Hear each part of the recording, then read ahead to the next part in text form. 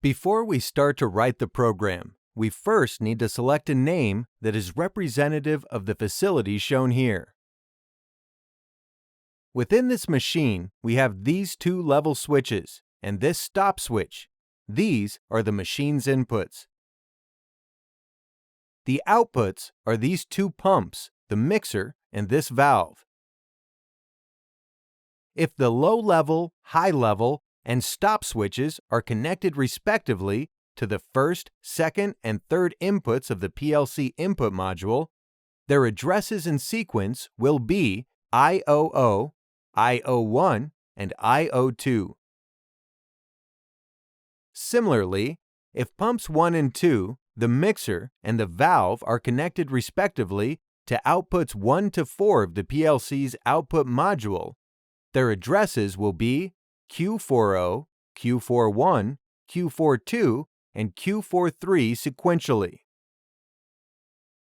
Okay, now that we know all the addresses of the inputs and outputs, we can go to the option menu and open the symbol table to give each address a representative name.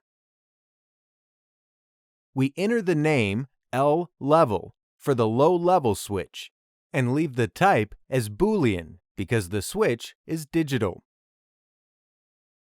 We continue naming the addresses with representative names until all addresses have a name.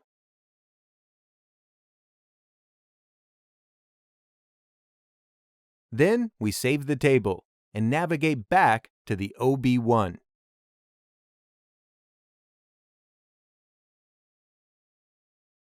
Okay, so as we did before, we want this switch here and both pumps to be energized when the level of the liquid in the tank drops to the minimum. We do this by inserting an SR flip-flop from the bit logic folder here. The functions of the flip-flop are quite basic. It has 2 inputs and 1 output. When the set input is energized, the Q output is true, and when the reset input is energized, the Q output is false. So now, we're going to add 2 coils. One will be assigned the address of pump number 1, and the other will be assigned the address of pump number 2. In order to turn on the 2 pumps when the low-level switch is energized, we place an open contact here and assign it to the address of the low-level switch.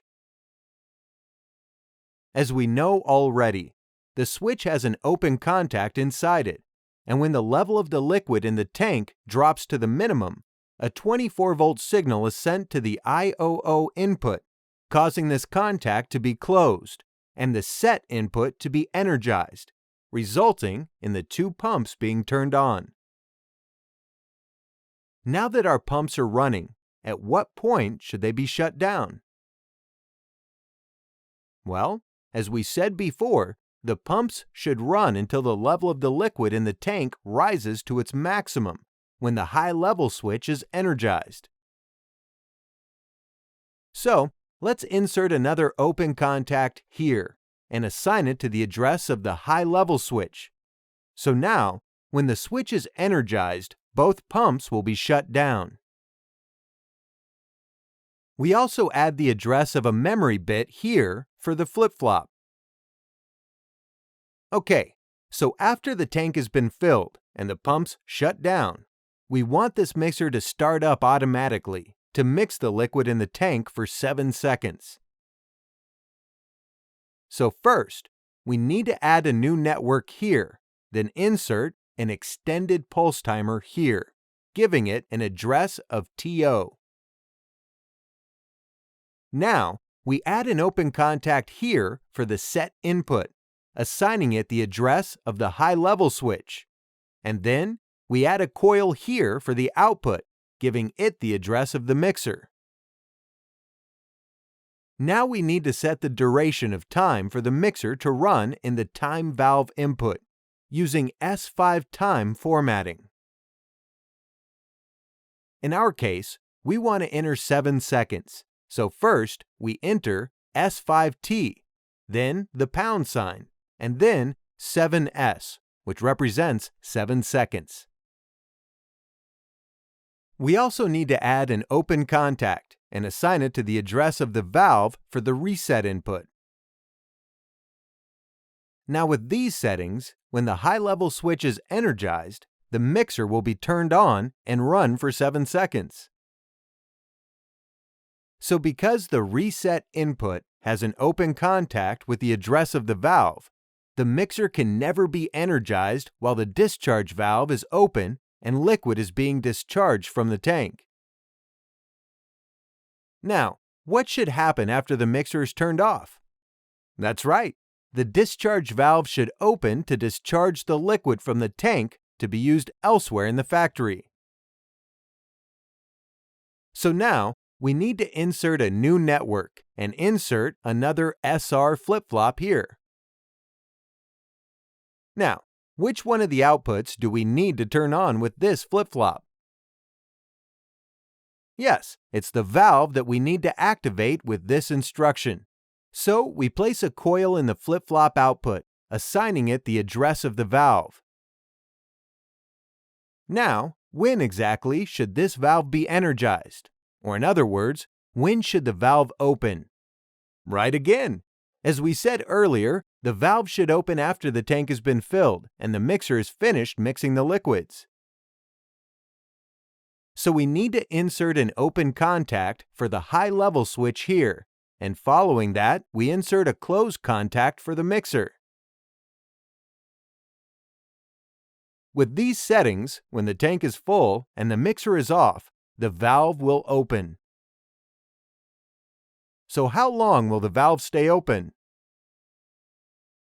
Well, it will remain open until the level of the liquid drops to the minimum set level, which means the tank is fully discharged at this point.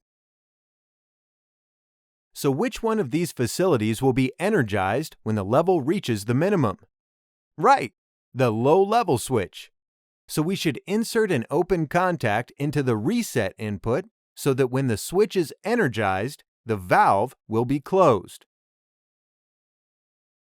We also assign an address of M01 to the flip-flop memory.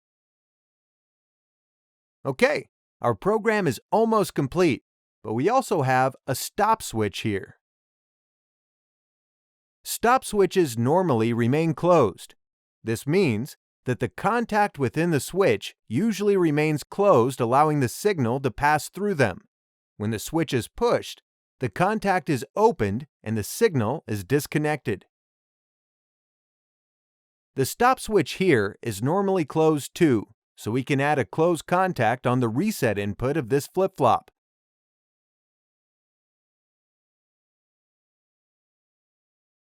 And we can also copy and paste it for the other networks.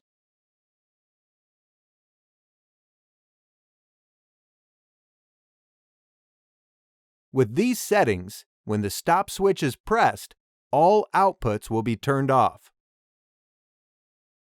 So that completes the programming. Now, we can save our program and move on to test it. Here, because we are using PCS7 instead of Step 7, this download icon is disabled. So we need to go to the Somatic Manager and click on this icon in the toolbar to open the online window. In the window, open the Block folder and drag the OB1 from the offline window to the online window like this. The offline window contains our computer's data, and the online window contains the PLC's data. This HMI station has been added to the project tree because we're going to use WinCC Flexible to test the program in addition to the PLC simulator. But it's not imperative to use this station. You can test the program using the PLC simulator alone. Okay, now we're going to put the CPU into run mode, and then put the program into online mode. We know that the stop switch is normally closed, so we need to close it manually in the simulator before we can test the program. So to start, we first energize the low-level switch, and as expected, pump numbers 1 and 2 are both turned on. Note that in the simulator, the relevant outputs of Q40 and Q41 are now true, and illustrated in this graphic, you can see both pumps are turned on and are pumping liquid into the tank. When the liquid rises past the level of the low-level switch and it stops being energized, the pumps will continue operating because the tank is not yet full. When the level of the liquid rises to the maximum, the high-level switch is energized, which turns off the pumps and starts the timer. Here, you can see that the mixer is going to be turned on for 7 seconds, and after it's been shut down, the discharge valve will be opened automatically. This process continues until the level of the liquid drops to the minimum again. At this point, the low-level switch will be energized again, the valve will be closed, and the pumps will be turned on, thus repeating the cycle. At any point during the machine's operation, if we press the stop button, all the outputs are turned off, as you see here. Okay, so in this lesson, we learned how to write a program to control this machine automatically using an S7-300 PLC and Step 7 software. Thank you very much for watching this video. Make sure you subscribe to Parsec if you haven't already, because we've got some more awesome videos coming your way very soon.